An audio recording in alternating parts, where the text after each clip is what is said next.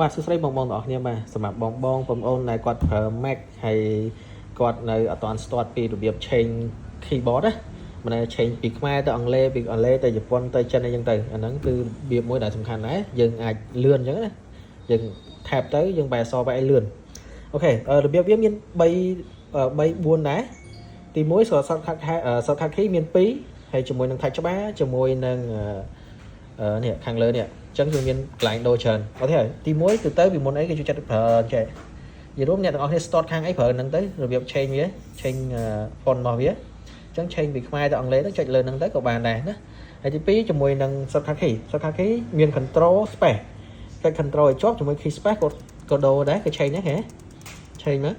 ទី3ជាមួយនឹង keyboard FN នេះសញ្ញាផែនដីនេះអ្នកគ្នាក៏ចុចមួយអញ្ចឹងមកក៏ដូរដែរតែបើសិនជាចុចមកចេញបែបនេះអ្នកគ្នាអាច change បាន change វាដាក់ទៅជាដូរ font បានអូខេអញ្ចឹងអ្នកទាំងអស់គ្នាក៏ចូលទៅ setting មក scroll មកឃើញពាក្យថា keyboard ចុចលើ keyboard មកហើយមានសញ្ញាផែនដីកន្លែងនេះអ្នកទាំងអស់គ្នាគ្រាន់តែ change ពី image ទៅជា change input នេះមកអ្នកគ្នាក៏ចុច FN មកអូខេហ្នឹងក៏ change font ដែរទី4ជាមួយនឹង touch bar នេះក៏អាចសេរីដាក់ add ទៅកន្លែង change font បានដែរណាអញ្ចឹងអ្នកទាំងអស់គ្នាក៏ចូលដល់កន្លែង setting នេះឃើញសញ្ញាឃើញអក្សរដាក់ touch bar setting នេះមកហើយចុច custom ចូលកន្លែង custom ហ្នឹងមកអ្នកទាំងអស់គ្នាឃើញទេអញ្ចឹងយើងយកពាក្យថានេះ input source នេះមក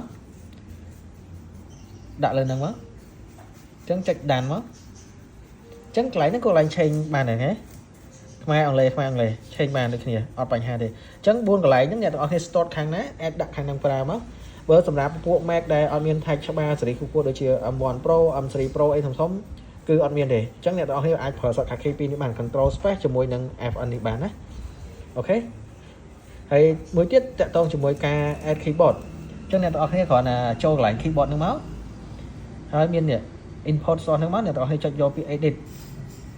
អ្នកទាំងអស់គ្នាចុចសញ្ញាបូកនេះបូកមកកន្លែងហ្នឹងយើងអាច search បានយើងចង់យកគេឲ្យ Japan ចុះខ្ញុំយក key Japan ទៀតដូរ keyboard ហ្នឹង Japan ចុះអញ្ចឹងអ្នកទាំងអស់គ្នាគ្រាន់ search មកវានឹងចេញ Japan ឲ្យអញ្ចឹង keyboard វាមានច្រើននេះអូខេ Korea អីផ្សេងៗអ្នកគ្នា add បាន add តាមចិត្តបានណាអត់អីទេអញ្ចឹងវីដេអូហ្នឹងមានតែប៉ុណ្្នឹងទេរបៀបដូរ font លឿនអ្នកទាំងអស់គ្នា start ខាងណាប្រើខាងហ្នឹងទៅមាន control space FN ជាមួយនឹង touch bar ជាមួយនឹងដូរខាងលើហ្នឹងអ្នកទាំងអស់គ្នាប្រើមួយណាក៏បានដែរអត់អីទេ